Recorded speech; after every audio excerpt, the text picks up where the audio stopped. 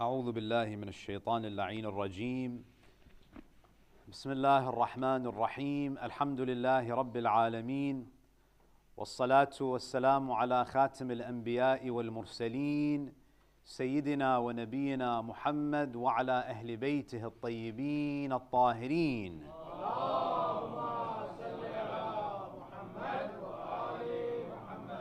صلى الله عليه وعلى آله الطيبين الطاهرين. صلى الله عليك يا رسول الله، صلى الله عليك يا سيدي ويا مولاي يا أبا عبد الله.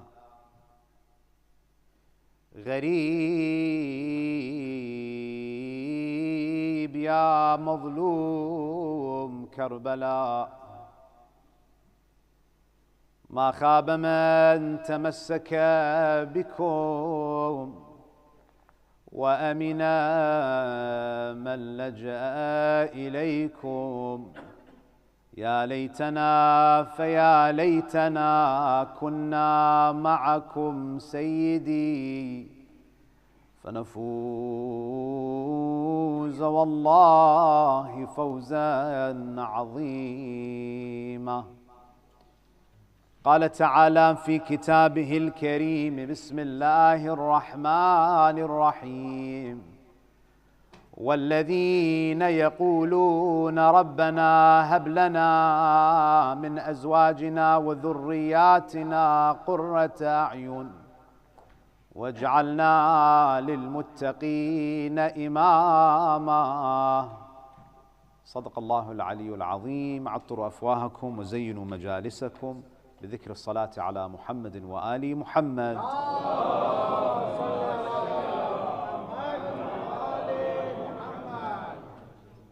Respected elders, brothers and sisters, Assalamu alaikum wa rahmatullahi wa barakatuh.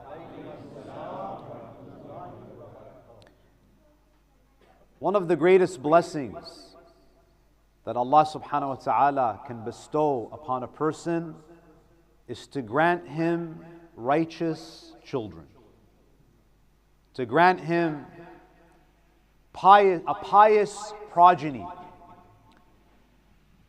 We have many ahadith, many traditions from the Ahlul Bayt that speak about the worldly benefits of having good children, God-fearing children, as well as the spiritual benefits of having righteous children.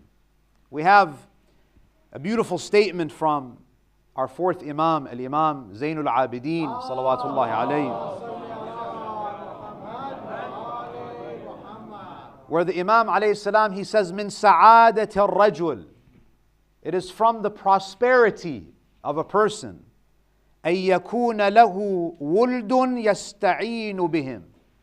It is from the prosperity and the good fortune of a person to have a progeny, to have children that he can rely upon.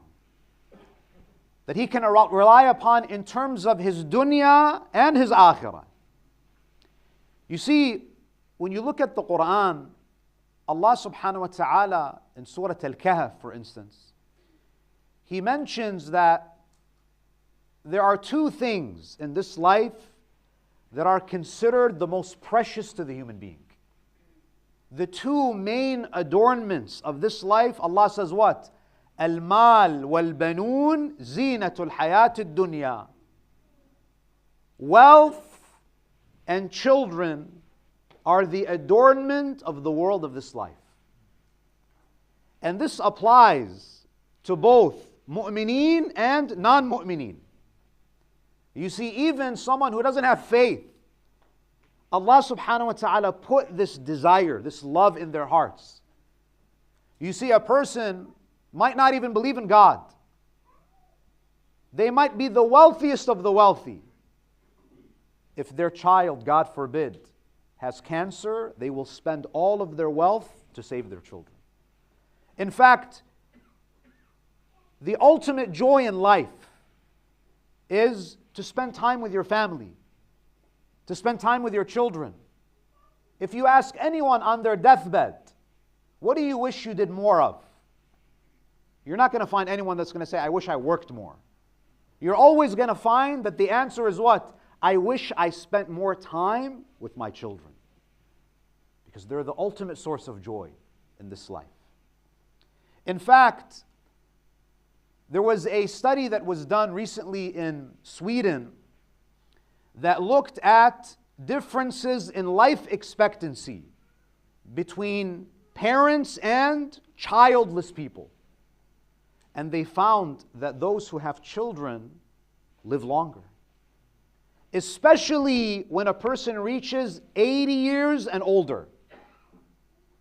Because having children gives your life a sense of purpose. It adds value to your life. You feel like your life has meaning. They bring joy. They keep you company. You are able in some ways to actually live vicariously through your children. You might have missed many opportunities in your own life. And you feel like you almost get a second chance to actualize those dreams through your children. Maybe you never went to college, but you invest and you work hard so your child can get a good education. Why? Because it almost feels like you are actualizing that dream for yourself. So to have children is a great blessing. It has benefits in terms of our mental, our emotional health. But even more than that, perhaps the greatest value that is found in a righteous child is the fact that they continue to benefit us even after we die. The famous narration from the Prophet sallallahu alaihi wasallam.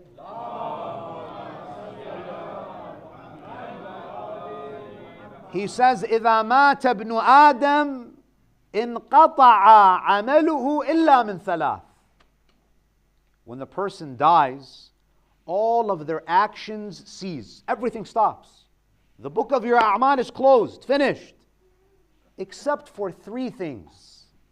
There are three things that a person can leave behind that act as a sort of residual thawab for them. A continuous source of reward. Rasulullah says number one is sadaqatun jariyah, a charitable endowment. You know, there might be people in this community that contributed to the building of this masjid. They gave time, they gave resources, they gave money. Every time this masjid is used, mu'mineen come together, that thawab is sent to them. They enjoy. This is the ultimate investment. Is there any investment better than this? The one who donated this mimbar, every majlis that is held, that person will continually receive thawab for it, even after they die. You might establish a school and you pass away, and that school is around for decades, hundreds of years, and you are just collecting the thawab. Sadaqatun jariyah, aw ilmun yuntafa'u bih. You give a lecture, you write a book, you leave a legacy of knowledge. You know, when I think about people like Shaykh al-Kulayni, the 20 years that he spent compiling the ahadith in Kitab al-Kafi, every time you and I read a hadith from al-Kafi, Allah raises the rank of Shaykh al-Kulayni. Imagine that. Over 1,000 years later, keeps on going higher and higher and higher. The third is what? أَوَلَدٌ صَالِحٌ يَدْعُو لَهُ. The third thing that continues to benefit you after your death is what? A righteous child that makes dua for you. It's a great gift for there to be someone after your death who remembers you. Because the reality is, no matter who you are, when you die, people will mourn you for 1 day, 2 days, maximum 3 days. And then people get tired, they move on with their lives. After a few moments of crying, they're laughing and they're enjoying and they move on. That's the reality. The only one who will remember you is that righteous child that you nurtured. They'll recite Surah Al-Fatiha for you. And whatever that child becomes, whatever good that that child does in their lives, Allah will make you a partner in the thawab. Because you raised that child. You didn't just give birth. You weren't just a biological father. You were a spiritual father. You were a guide. You were a teacher. You were a mentor. And this is why you find in the Quran, even the prophets. Now you would think even Anbiya should be okay. They should not have anything to worry about. You see, even someone like Ibrahim al-Khalil, who's ma'soom, has not committed a single sin. He understood the value of having a righteous child. Because Ibrahim is not satisfied with just any level of iman. He wants to keep on going higher and higher and ascending. So what does he say? Rabbi habli min as-salihin. Oh Allah, grant me a righteous child. Ibrahim is making this dua. And even as an elderly man, he doesn't give up on this dua. Zakaria makes this dua. Have to ask Allah for this. You don't only ask Allah, oh Allah, give me more money, give me a better job. Ask Allah for a righteous child, a God-fearing daughter, a God-fearing son. This is what's going to benefit you. Now the question is, okay, we understand the value of al-waladu salih. We know the value of having a God-fearing child. But the question is, how do you raise a God-fearing child? Especially in this day and age. How do you raise a child who is mu'min, who is salih? Now, I have to begin with the bad news. Right? You know how they say you want the good news first or the bad? We'll give you the bad news first. The bad news is, unfortunately, we don't have a hadith that is going to tell you with details, meticulously, what to do exactly to have a righteous child. Meaning that if you look at our ahadith, you're not going to find a hadith where the Imam says, step 1, do this. If that doesn't work, do this. If this doesn't work, do that. Step 2, step 3. It's not like salah, where you have a hadith. It's a detailed, step-by-step guide. Salah, takbirat al-ihram first, surah al-Fatiha, another surah, ruku', sujood. Parenting is not a foolproof science. This is what we have to understand. It's not a foolproof science. We don't have any manual that says if you follow this, you'll have a righteous child. If you do step 1, 2, and 3, you'll have a child. It's not mathematics, where 1 + 1 = 2. It's not like cooking, where if you put these ingredients together, you'll have waladun salih. And the reason why we know this is that if parenting was a foolproof science, no prophet should have had any corrupt children.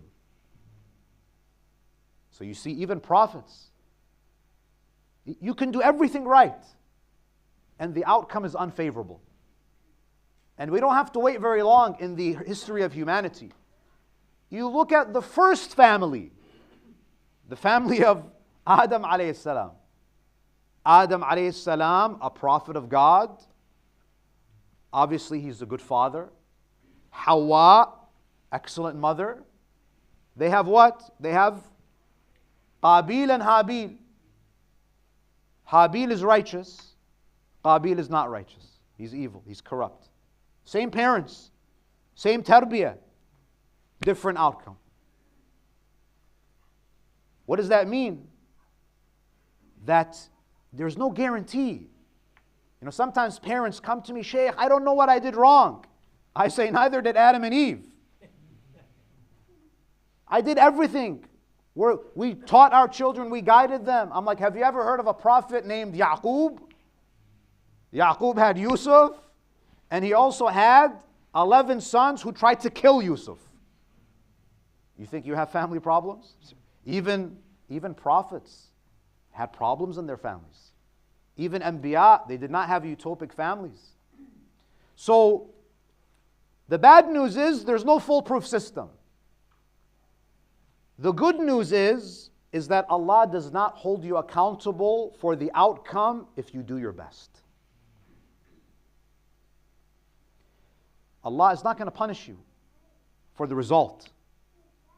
But He'll hold you accountable if you did not raise them. if you did not guide them, if you did not teach them. Allah is not going to hold Nuh on the day of judgment. Nuh, why did your son deviate? Nuh will say, I did my best. At the end of the day, this child has to make their own decisions. They have free will. They're not robots.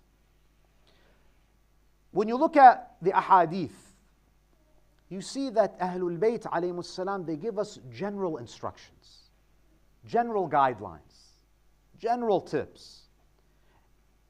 Why are they general? Because every child is different.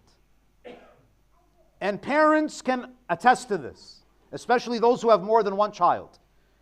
You had your first son, your first child, you're like, okay, this is easy, I got this. We did A, B, and C, alhamdulillah. And then the second one comes, and you said, oh, A, B, and C doesn't work with the second. They're different, totally different. And then you get the third, you're like, okay, the third one is either going to be like the first or the second. And the third one is a wild card. Totally different. So this means what? That parenting is an art.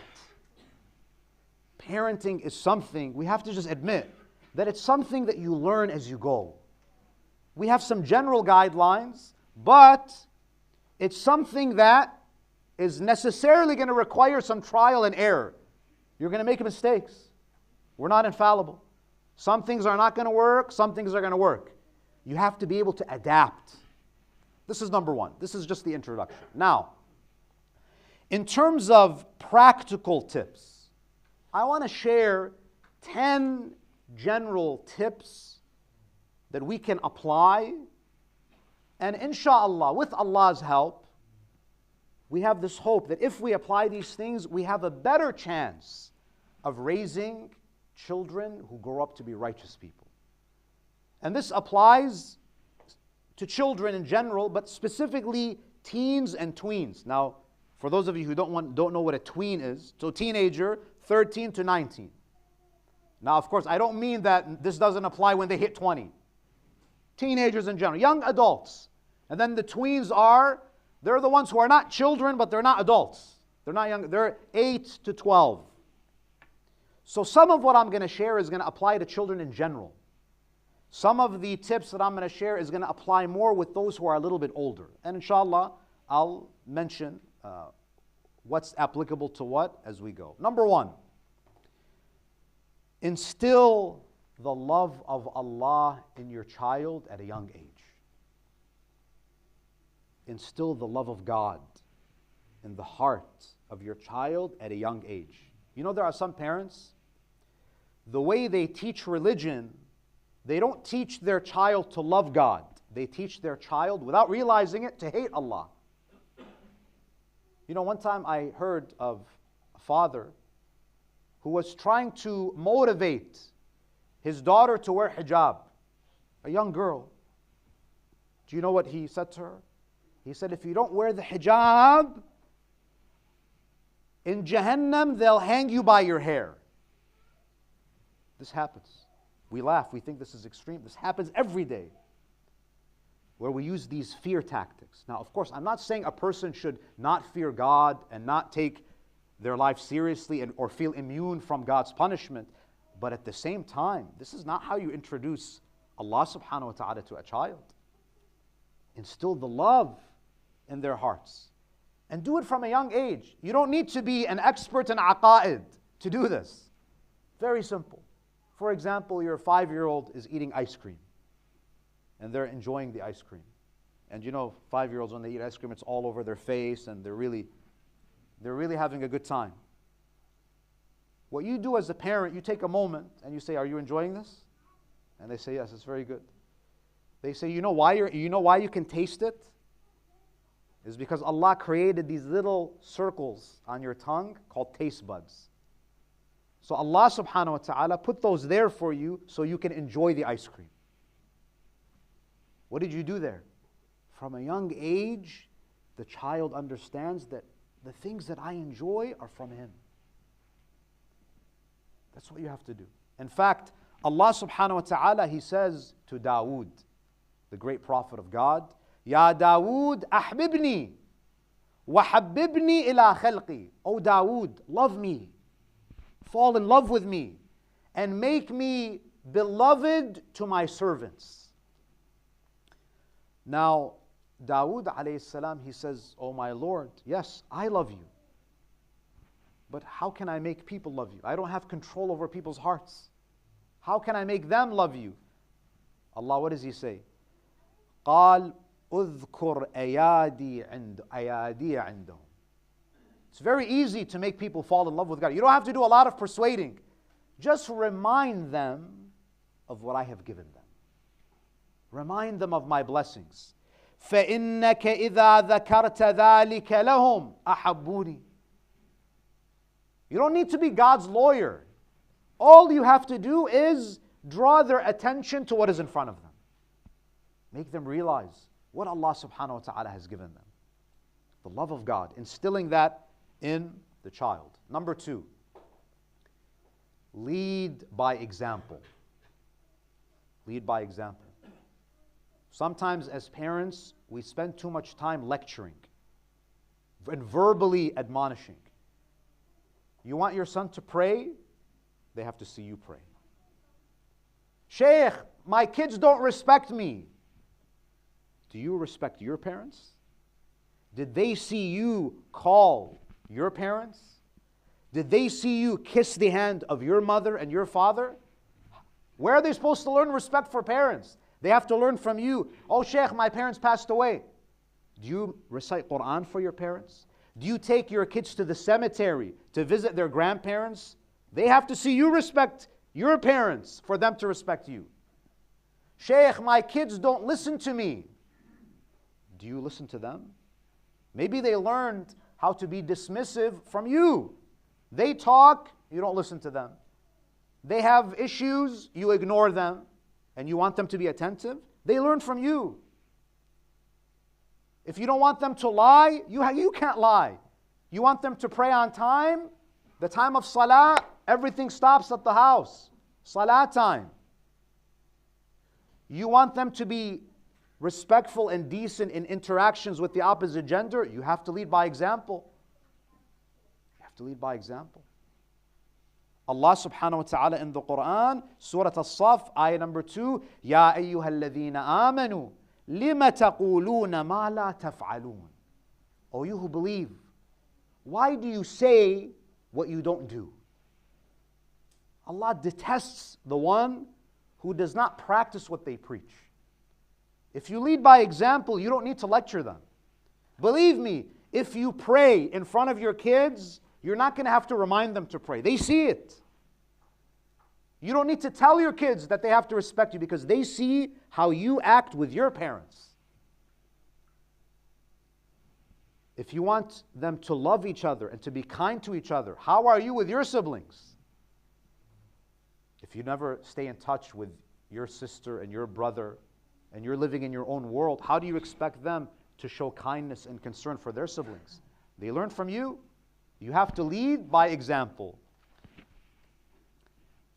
And then we have number 3. Beware of parental favoritism. And this happens in a lot of cultures. And sometimes it's very subtle. We don't even realize we're doing it. You might, for example, have one child, whenever they tell a joke, you laugh. And when another child tells a joke, something as subtle as that, it hurts the child. They feel like they're not the favorites. You might have a child that excels at school, and some parents do that. Your brother got an A+ and you got a C. Your sister is doing great in school and you're failing. Don't do that. Because you think that's motivating them, but all that is doing is sowing the seeds of envy.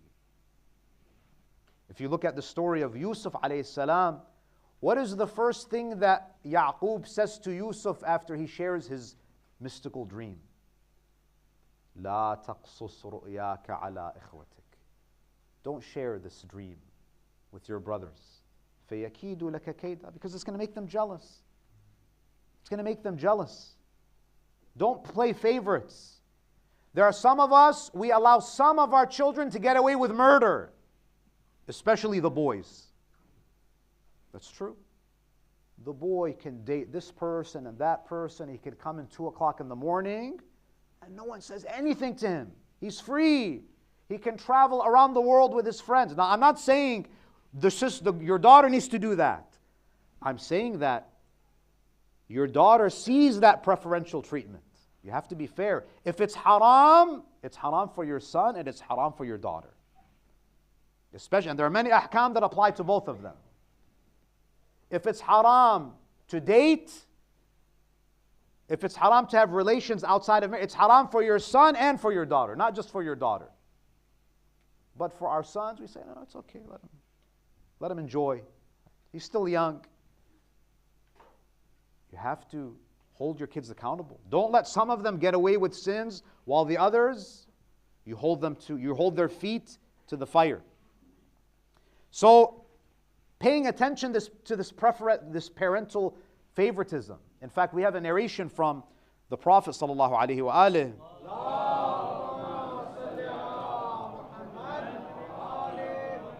The narration is from Amir al-Mu'mineen, where he says, he's reporting an incident that took place in the lifetime of the Prophet.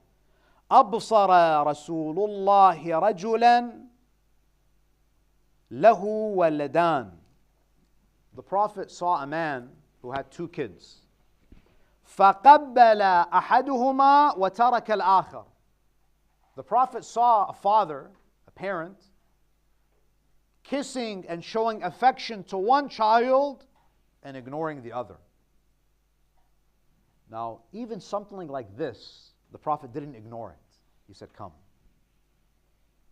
He says to the man, فَهَلَّا وَاسَيْتَ بَيْنَهُمَا. Why are you not fair in the way that you treat your kids? The Prophet ﷺ rebuked this man. He didn't rebuke him because he was hitting his other kid. He was just neglecting him, showing more affection to one than the other. Number 4, and this is especially important when your kids start to get a little bit older. Give your kids room to breathe. What do I mean by this?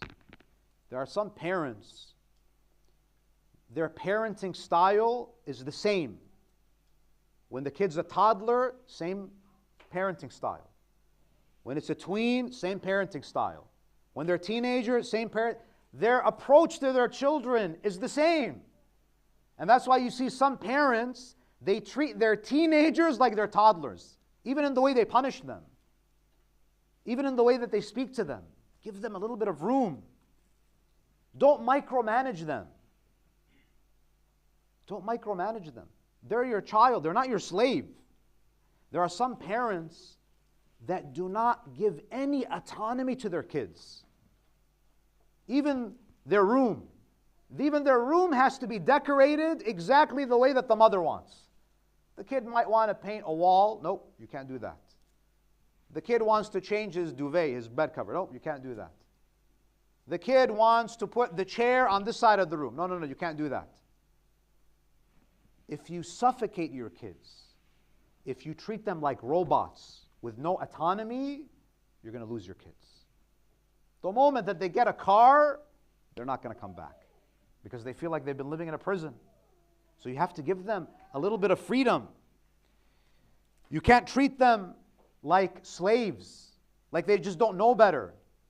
Give them a little bit of autonomy. I'm not saying give them complete freedom. It needs to be gradual. Allow them to make some choices. We have a hadith from Rasulullah sallallahu alaihi wasallam.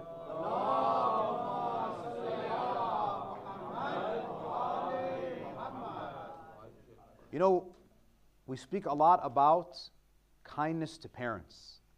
And yes, there's no doubt that we have to be respectful and dutiful to our parents. But there are some parents, through their own parenting style, they cause their children to rebel. Meaning they created the monster without realizing it. Rasulullah says, رَحِمَ اللَّهُ مَنْ أَعَانَ وَلَدَهُ عَلَى بِرِّهِ. May Allah have mercy upon that parent who aids his child in being good to him. You have a role to play in how your kids treat you. So the narrator asks, قُلْتُ كَيْفَ يُعِينُهُ عَلَى بِرِّ. How does a parent help the child to be good to him, to be good to the parent? The Prophet says what? يَقْبَلُ مَيْسُورًا. That you accept and you celebrate their little successes. This is so important. Wallah. There are some parents, it's only grades. That's it. You have to get an A+. If you get a B+, you sleep in the garage. You lose all of your privileges. The Prophet says, if you want to aid your child in them being good to you, acknowledge their successes, even the small successes. The small things that they do. It doesn't mean that some parents act as though the kid has to do something incredible just to get some recognition. Maybe they were struggling with a homework assignment and they just finished it. Forget about what they got on the grade. They just finished it. And it was a big deal to them. Acknowledge that small success. Maybe you have a daughter who has been struggling with hijab. And her hijab is not perfect, but she's trying. Maybe she stopped wearing makeup. She's not fully covered, but she's trying. The Prophet says, acknowledge that success. That's a success. That's progress. You might have a son who doesn't pray, and he started to do Salat al-Fajr, for example. Or Salat al-Fajr is too hard, right? So maybe Salat al-Maghrib. Salat al-Maghrib and Isha. After he comes home, he does Salat al-Maghrib and Isha. There are some parents, they say, no. They don't see Maghrib and Isha. They see you didn't pray Dhuhr, Asr and Fajr. Now I'm not saying don't pray. I'm not saying it's not important to pray. What I'm saying is acknowledge the little progress. It's better to have a son who prays Maghrib and Isha than to have a son who doesn't pray anything. Acknowledge, encourage him. We need that encouragement. You know, brothers and sisters, I remember when I was 10 years old, my grandfather, who was like a second father to me, when I was 10 years old, I was starting to become interested in religion. I was starting to read ahadith, Quran. And one day, and my grandfather started to notice that instead of just spending time playing video games and, playing basketball for hours and hanging out with my friends, he saw that there's a little bit of interest here in Quran and hadith. And I'll never forget the day. I was 10 years old and I was sitting, and I remember I was sitting on the dining room table and I was eating cereal. And I had a copy of Nahjul Balagha. Nahjul Balagha was new to me. For those of you who were born in the 80s, maybe early 90s, you remember that, we didn't have iPad or anything. We used to read the back of the cereal box. We used to put it, and as we're eating, we're just reading the back of the cereal box. So on this morning, I decided to just read sermon number 1 of Imam Ali ibn Abi Talib, where he speaks about God. So I was reading, and my grandfather, he came into the room and he saw me reading Nahjul Balagha. And do you know what he said to me? He could have said that, this book is too advanced. Why are you reading it? Read something more simple. He said to me, Azhar, one day you're going to become a scholar. Now, I'm not claiming to be a scholar. That's not the point of the story. The point of the story is, I'll be happy if Allah accepts me as a talib ilm. The point is, that word of encouragement ignited something inside of me that continues to burn until today. That comment motivated me many years later to go to Hawza. We don't realize how important these words of encouragement are. Maybe one word of encouragement is going to change the trajectory of a child's life. You have a daughter who's a very good writer. Acknowledge her skill. Tell her that when you grow up, if you study hard, you're going to be a phenomenal writer. You're going to change people's lives. Motivate them. You see a young boy reciting. If you work hard, young man, if you work hard, you will be the next Basim al-Karbala'i, for example. You give them these words of encouragement. It means a lot, brothers and sisters. Even Sayyid al-Khu'i, the great marji', when Sayyid al-Sistani's son used to attend his class, he was young. Sayyid al-Khu'i said about him, and this is, mentioned by some of the senior scholars in the Hawza who were classmates. They say Sayyid al-Khu'i said about one of the sons of Sayyid al-Sistani that this one day will become one of the great fuqaha of the Shia. You think that doesn't have an effect? It has huge impact. So the hadith, going back to the hadith, يَقْبَلُ مَيْسُورًا. If you want to aid your child in them being good to you, acknowledge, celebrate their small successes. وَيَتَجَاوَزْ عَنْ مَعْسُورِهِ. Overlook their failures. They're not perfect. Breaking news. Your kid's not an angel. Your kid's not infallible. Because you also weren't infallible. Sometimes we forget how we were when we were young. You get so frustrated, my son doesn't come to the masjid, my son doesn't do this, he doesn't do that. How were you when you were his age? In the 70s and the 80s, and by the way, 70s and 80s, there was no social media. It's a lot more difficult these days. You have to at least have the humility to acknowledge that it's hard, it's difficult. It's difficult to be an adult in these days, in this era, let alone a child who's trying to navigate a world that's changing so rapidly. So the Prophet says, يَقْبَلُ مَيْسُورًا وَيَتَجَاوَزْ عَنْ مَعْسُورِهِ وَلَا يُرْهِقُهُ. Don't overburden your kids.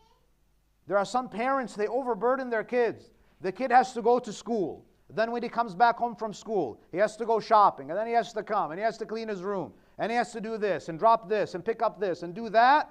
The kid becomes exhausted, tired. You robbed the kid of his childhood. You gave him so many duties that you didn't even allow the boy to be a boy. Give them room to enjoy their childhood. Believe me, they're going to have a lot of problems when they grow up. The world is very complicated. At least give them 7 years of peace. Give them 7 years. That's why the Prophet says, الْوَلَدُ سَيِّدٌ سَبْعَ سِنِينَ.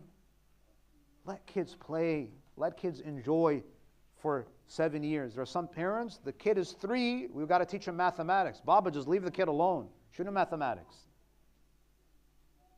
Ta'aleem, leave it 7 and beyond. Allow them to play and enjoy, because if people don't play and get it out of their system, they play later. They play later. And they become very abnormal. They don't get it out of their system. They become immature adults. Let them get it out of their system. وَلَا يَخْرَقُ بِهِ. And a parent who aids their child so that they do good to them is a parent that does not insult the intelligence of their child. Don't call your child a fool. If your child messes up, don't say you're stupid, you're not smart, you're dumb, you're foolish. Just like words of encouragement are downloaded into their conscience, hurtful words, they get buried very deep in there. They don't leave. It's a deep wound that you leave. So if your kids are misbehaving, sometimes you have to ask, did I contribute to the problem? Number 5, stop constantly reprimanding your kids. You have to think, how much of my communication with my child is just yelling and putting them down? You didn't do this, you didn't do that. You failed here, you messed up there. If that's the only type of communication that takes place, you're not going to have a relationship with your kids. They're going to run away maybe. They're going to hide things from you. They're going to escape. Because the home is no longer a peaceful place for them. They're going to escape to the clubs. They're going to go to the bars. They're going to seek refuge with boyfriends and girlfriends. Because the home, you turned it into hell for them. So what do? If there's tension, you have to be wise. Speak about issues that are not sensitive. Speak about things that are not going to result in a confrontation. Speak about the weather. Speak about hobbies. Speak about neutral subjects as an invitation for a healthy conversation. Find out what your kid likes to talk about, what they enjoy. Do a little bit of research and ask them questions. Get to know your kids. Get to know your kids. Some of us, we know our friends better than we know our kids. We know more about celebrities than we know about the kids that are living in our homes, because we don't talk to them. We don't know how to talk to them. It requires some effort. You'll figure it out. We figure everything else out. So it doesn't always need to be fighting and shouting. Build that trust. Build that relationship. Number 6, ask for their opinion.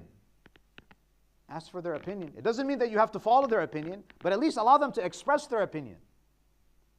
You know, look at what Ibrahim alayhi salam does in the Quran. He sees a dream that he's slaughtering his son. By the way, if you see a dream where you're slaughtering your son, don't slaughter your son.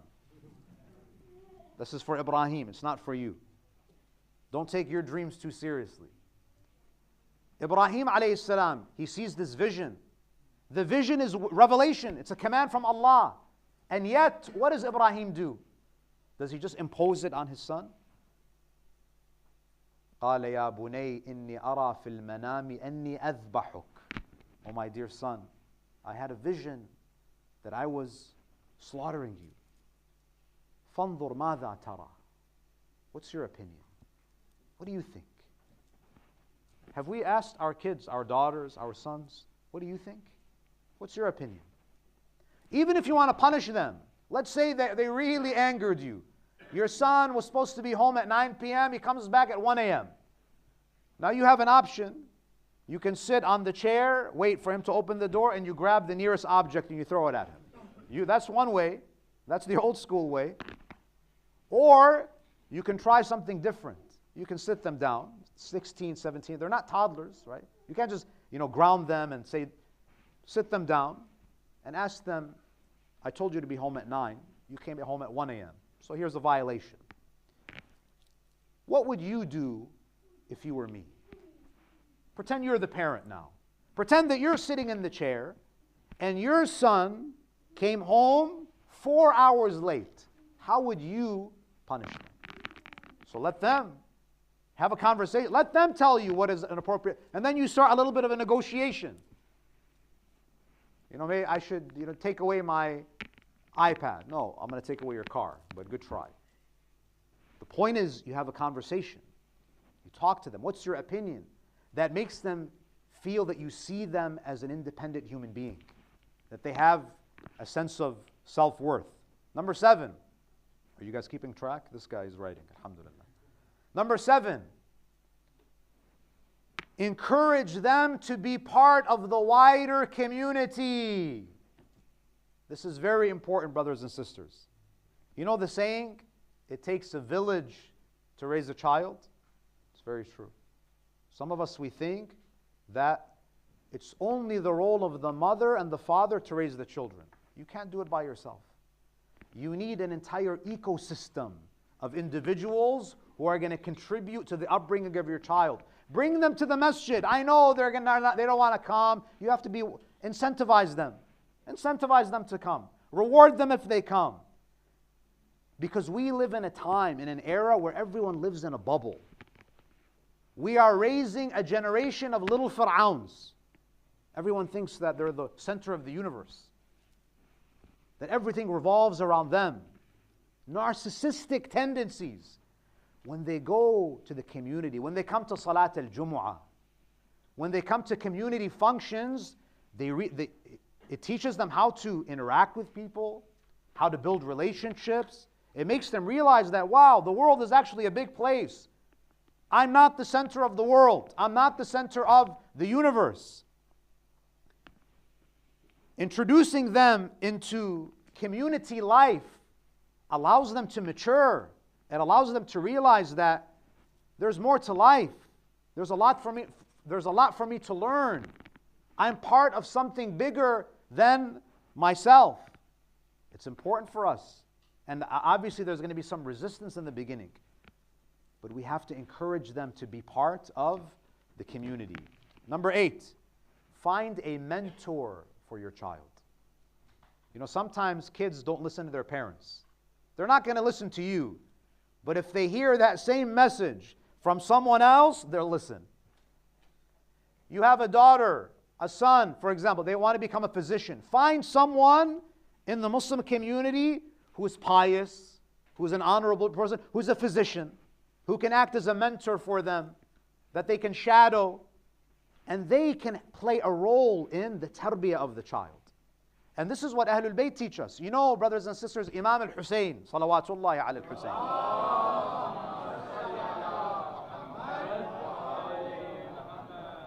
He hired a Quran teacher for his children.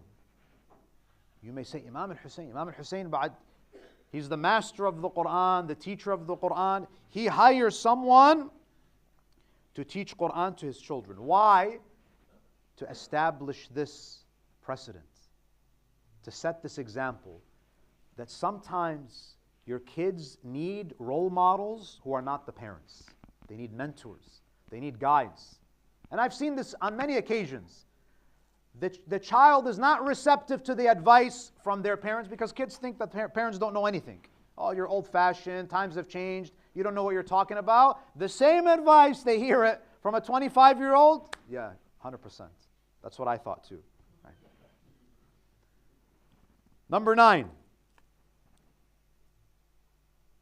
make an effort to enjoy recreational activities with your kids.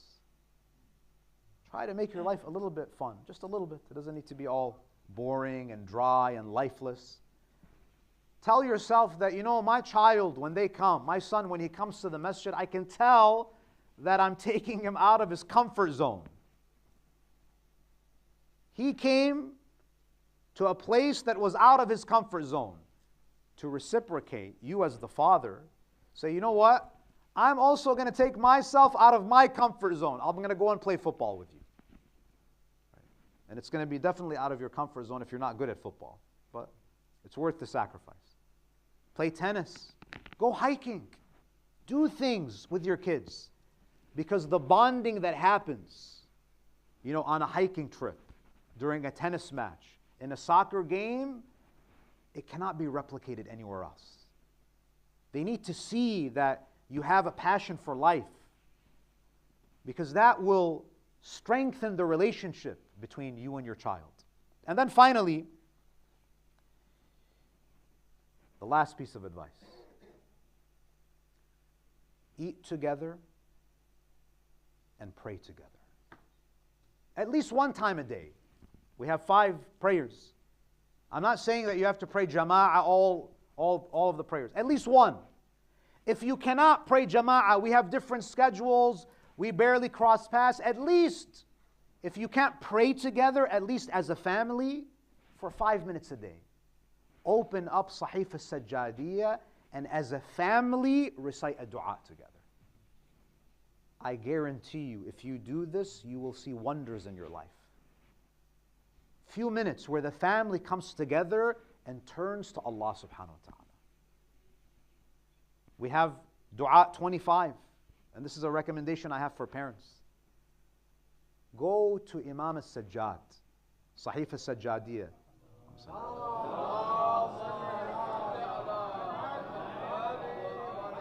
Dua 25 in Sahif al-Sajjadiyah is Imam Zainul Abidin's dua for his children. You were never meant to raise your kids on your own. You thought that raising children is just me and my wife, mother and father. Imam Zainul Abidin in this dua, he says, no. You need Allah subhanahu wa ta'ala. Allah is with you. You have to invite Allah subhanahu wa ta'ala to be a part of the process. So read this dua tonight if you can. And then eating together. I know, at work, school, we have busy lives. But at least one meal together. Come and sit and put the cell phones to the side. Right? Maybe have a little bowl right? Gather all the cell phones, put it in the bowl, and then take the bowl and put it in the sink, and then turn on the water, and then flood it. The point is, have at least one meal together so you can talk to each other. So you can ask each other, how was your day? What did you do today? What did you learn today? Did you face any difficulty today? We need to have time where we come together as a family and sit and eat, have a meal together. The Prophet ﷺ, he says there are 4 qualities.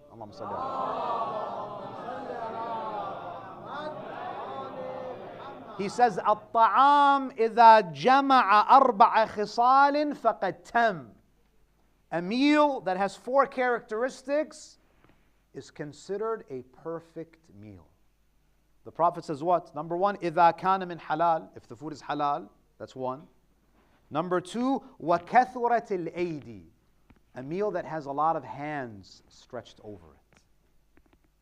Don't eat by yourself. There's more barakah if you share your meal. If there are multiple hands, the mother, the father, the son, siblings. وَكَثُرَةِ الْأَيْدِي وَسُمِّيَ فِي أَوَّلِهِ. To say Bismillah in the beginning and Alhamdulillah when you finish. This is a meal that is full of barakah.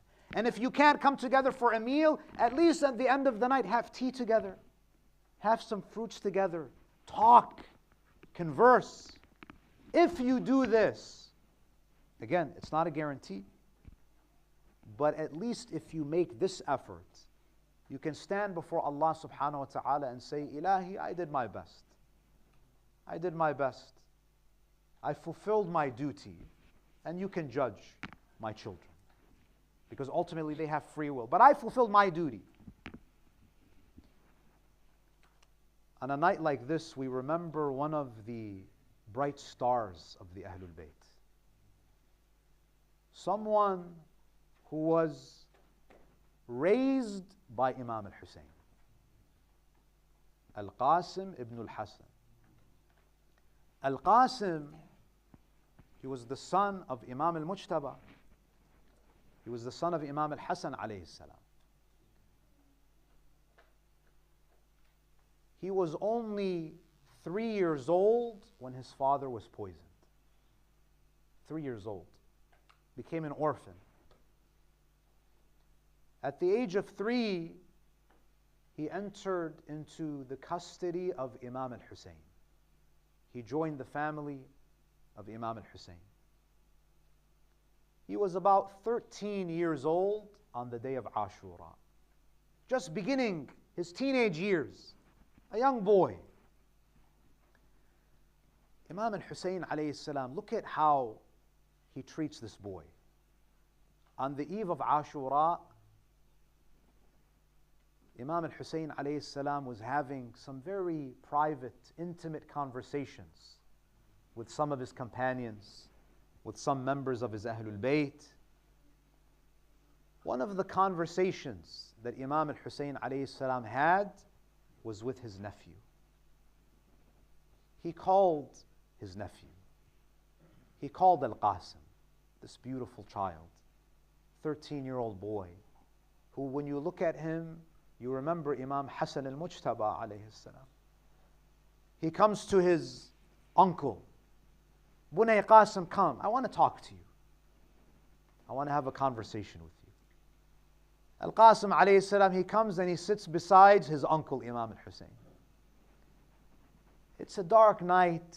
It's the eve of the battle. Imam al-Hussein alayhi salam, he says, Bunay Qasim, tomorrow there's going to be a battle. There's going to be a military confrontation. And none of us will be spared. We're all going to be killed. What lies ahead, what is waiting for us tomorrow is death. So my beloved Qasim, I have a question for you. He says, كيف الموت عندك? What a deep conversation. What a question. He says, O Qasim, what is your opinion about death? Imagine asking that question to a 13-year-old. What is more amazing than the question is the answer. Al-Qasim alayhi salam, he looks with loving eyes at his uncle Imam al-Hussein. He says, في نصرتك يا عم أحلى من العسل. He says, oh my uncle Hussein, death with you, fighting with you, alongside you, is sweeter to me than honey. This is the tarbiyah of Imam al-Hussein. This is the tarbiyah of Ahlul Bayt. On the day of Ashura, after all of the ashab were martyred, after the adult males of Ahlul Bayt were martyred, after Abu al-Fadl al-Abbas was martyred, there were no men left. Imam al-Hussein alayhi salam was now standing by himself. Habib is gone, Zuhair is gone, Aliun al-Akbar, Abu al-Fadl al-Abbas. Imam al-Hussein is now standing by himself in front of an army of 30,000. And the narrations say that he stood there and he cried out, ألا هل من ناصر ينصرنا ألا هل من ذاب يذب عن حرم رسول الله. Is there anyone out there to help me? Is there anyone to come to the defense of the women of Ahlul Bayt? When Imam al-Hussein alayhi salam made that call, that cry for help, there were no men left. The children came out of the tents and said, Labbayka ya Aba Abdullah. Among the children that came out was Al-Qasim alayhi salam. Al-Qasim alayhi salam. He comes to his uncle Aba Abdullah. He says, Sayyidi ibn Rasulullah, oh my uncle Hussein, everyone has gone. Abbas is gone, Aliun al-Akbar is gone, your companions have been martyred. I don't want to stay behind. I want to go and fight. Give me permission to fight. Imam al-Hussein alayhi salam turned him down. Imam was reluctant to give him permission. Al-Qasim alayhi salam, he had anticipated that his uncle would not allow him to go to the battlefield. So what does he do? He goes to his tent. He goes inside of his tent and he retreats a letter. He retreats a wasiyah that his father, Imam al-Mujtaba, had written. He goes and he brings the letter to his uncle Hussein. The boy, imagine this 13-year-old boy standing in front of his uncle Imam al-Hussein, and he hands him the letter and he says, هذه وصية أبي. Aba Abdullah, this is the letter, this is the wasiyah of my father. Imam al-Hussein alayhi salam, he opens the letter. Can you imagine the heart of Imam al-Hussein when he saw the handwriting of his brother Imam al-Hasan? He reads the letter. What does the letter say? The letter is addressing Al-Qasim. Imam al-Hasan in the letter, what does he say? He says, Bunay Qasim, إذا رأيت عمك الحسين. Oh my beloved Qasim, oh my son Qasim, if you see your uncle Hussein standing in a land called Karbala, إذا رأيت عمك الحسين وحيدا فريدا في أرض تسمى كربلاء فلا تقصر عن نصرته. The letter says, oh my son Hassan, if you see your uncle Hussein standing by himself in Karbala, do not fall short in helping him. The narrations say that Imam al-Hussein begins to cry when he reads the letter. The narrations say that he hugs Al-Qasim. Imagine that moment. Imagine you were standing there and you were looking at Imam al-Hussein hugging, embracing his nephew. Some narrations say that Imam al-Hussein was so emotional that he fainted as he was hugging al-Qasim. Now Imam al-Hussein alayhi salam has to prepare al-Qasim for battle. But now there's a problem. The helmets are too big for his head. The armor is too big for his body. So what does Imam al-Hussein do? He takes a turban and he cuts it in half. And then he takes the half and he cuts it into another half and he wraps a small turban around the head of Qasim. And then he takes the rest of the cloth and he wraps it around the chest of Qasim as some armor. But I say, Aba Abdullah, this is all that Qasim has. Look at what happened to Abbas and he had full armor. Look at what happened to Ali al-Akbar and he had full armor. What's going to happen to Qasim? The narrations say that he took his sword and he sprinted into the battlefield.